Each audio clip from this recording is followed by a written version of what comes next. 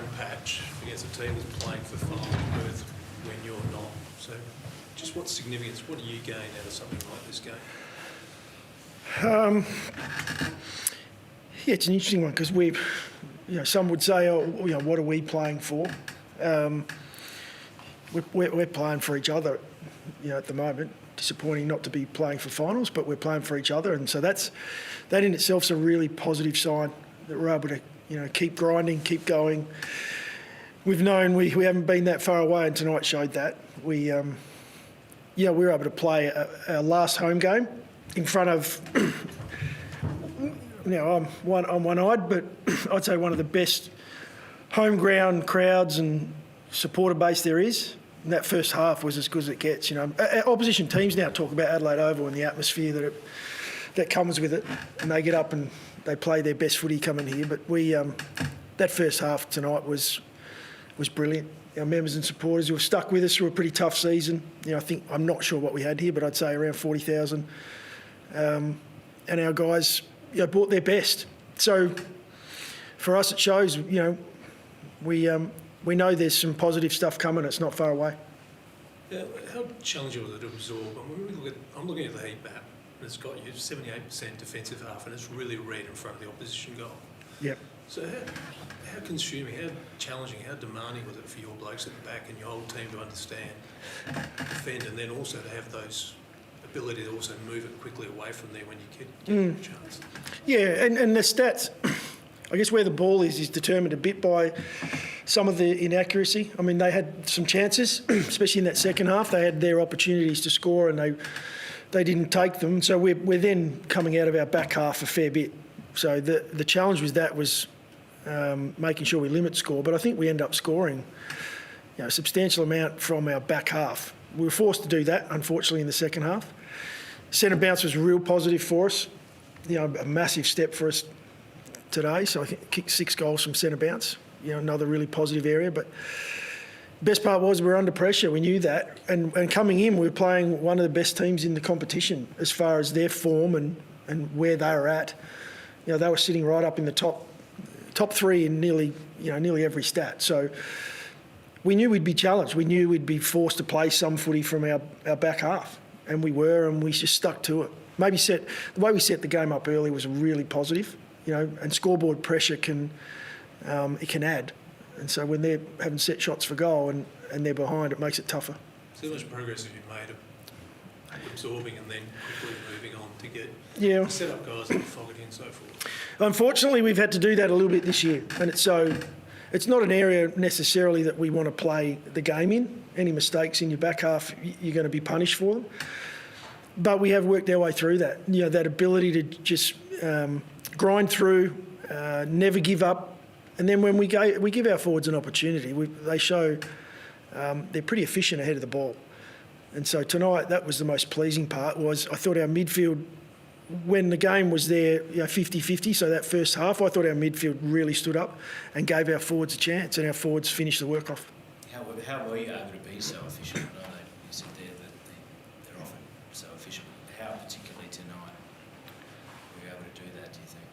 I think it's just across the board from a team point of view. I mean, you bring Isaac Rankin back in and Isaac showed he showed why he's a very important part of our future. That little bit of polish back ahead of the ball. But I think the combination of Isaac coming back in, and those guys have now played a fair bit of footy together. So Fogarty and Walker, Thilthorpe's now got enough games under his belt that he's starting to really get his timing back. And then the smalls in underneath there. Ben Keys has probably played one of his best seasons. Murphy ripping around underneath there as well. So it's, I think it's a combination of a few names and numbers coming back into our group. We've been challenged at times this year with not being able to keep it consistent. One or two go in, one or two come out. Tonight, I think our guys really connected up well and played our best footy. How's Walker? Sorry, I missed that. Walker. He's in the rooms and he's up and about and he's feeling pretty good. So, but we will take no risk with that, and he'll just have to get checked up and we'll hope for the best. I think over the past 5 weeks, you're actually number 1 in the league in terms of scores from stoppages. So how have you been able to turn that into a real ask for. Yeah, it's actually a really pleasing number. We've been looking at that closely, and if you look at the first half of the year, it wasn't the case at all. I mean, it's 18 players, but as I mentioned before, our midfield combined and connected with our forward line. We've done a lot of work on that. Scotty Burns has done a great job, as has Nathan Van Berlo, who's our midfield coach, just to connect that together. And the connection's the most important part. Our forwards have fought now for, I'd say since the bye, we really stepped up in that area and gave ourselves the best chance to score. And so it's a bit of a combination there. The draft note said Dan Curtin, defender. You've played him as a midfielder in the SANFL and kicks goals today. So what is he? We haven't worked that out yet, and neither's Dan. And that's the most exciting part about where Dan's at. I thought he impacted today. We played on ball for the first half, so he was part of a really important group in there. It wasn't necessarily from a stats point of view. He didn't get a lot of footy, but we moved him forward when Tex went down, and he had a nice little impact ahead of the ball. So there are still things he's working through, but it's exciting. When you draft these kids early in the draft, there's such a high expectation on them to do it straight away. We know it's going to take a little bit of time, and Dan probably doesn't know that because he's a competitor and has been his whole life. But he's doing a good job with limited opportunity at the moment. What's that do for him, considering it hasn't been easy the time you have put him out there, or it hasn't been enough time when you've put him out there? So what's that game do for him? It'll build some confidence in that. He can compete at the level. And as you mentioned, when you've got a number of strings to your bow and you can play, 3 different areas on the ground, it's quite a weapon to have. I'd like to think, I think in the long term, I think he's going to be hopefully a really powerful midfielder and a big-bodied midfielder, because he's worked a lot on his contest over this sort of 6 to 8 months, and he's doing a great job in that with still a little bit to go. You touched on it during the week ahead of Fogg's 100th game in terms of his leadership and just growth of the past. So, chunks of that again tonight. Can you just talk us through some of that again in terms of what he's been doing to get to this stage where he's able to make a real imprint on the game despite only 8 touches? Yeah, so Fogg's selfless, and that's a strength. But being selfish occasionally is also a strength when you get to this level. I think most of the best players in the game have a certain amount of selfishness about how they go about it, and that's just that ruthlessness to compete. They want to be in the game all the time. I think that's one area that Fogg's added to his game. He's played some footy where, he doesn't necessarily hit the stat sheet, but some of the stuff he does off ball to create space for a teammate is outstanding. We've been working with him on, we want him to get to a point where he dominates games of footy and wants to have the ball in his hands. And I think that's what we're seeing a lot more of this year, where he has stepped up into that role. And, we know when he has the footy in his hands, there's not many that are going to stop him. He's a beast of a lad. So we're just trying to get him around the ball as much as we can. And at the moment, it's not quite midfield. So we'll keep him ahead of the ball, and hopefully he can keep kicking straight. You've tripped up one finals contender. How much would you like to do it next week?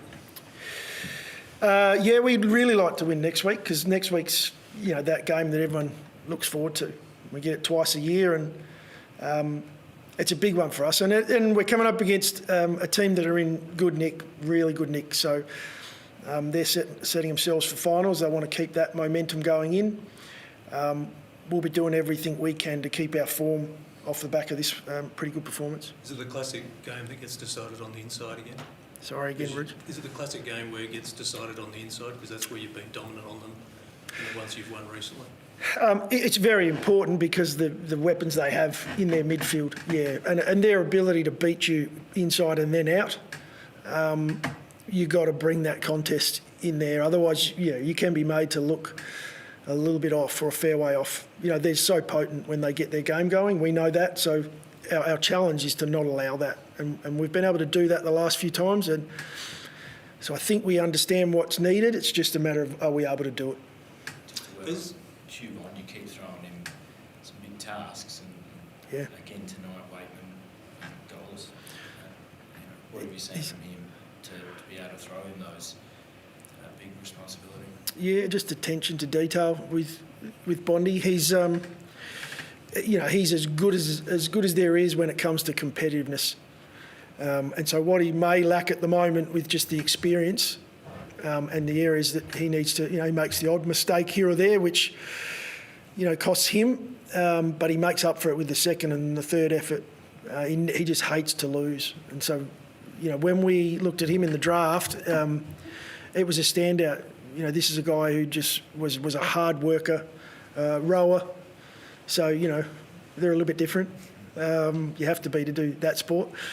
But, yeah, we love what he's bringing, and he's bringing that determination, similar to Michael Annie when he first started out, and that's been able to free up Max a little now with Bondi back there. Matthew, as we have no secrets, claimed on radio last week that you met with Jack Lukosius of Gold Coast. Fact or fiction? We, as we always do, we're working to get better. We don't talk about players from other footy clubs, but what I can say is, as we've done every year, Rooch, we need to keep improving. And I think every team in the comp does, no matter where you are on the ladder. We'll keep looking to get better. And that's what we've been doing. Thanks, guys. Appreciate it. Is that fair? Thought I had to ask.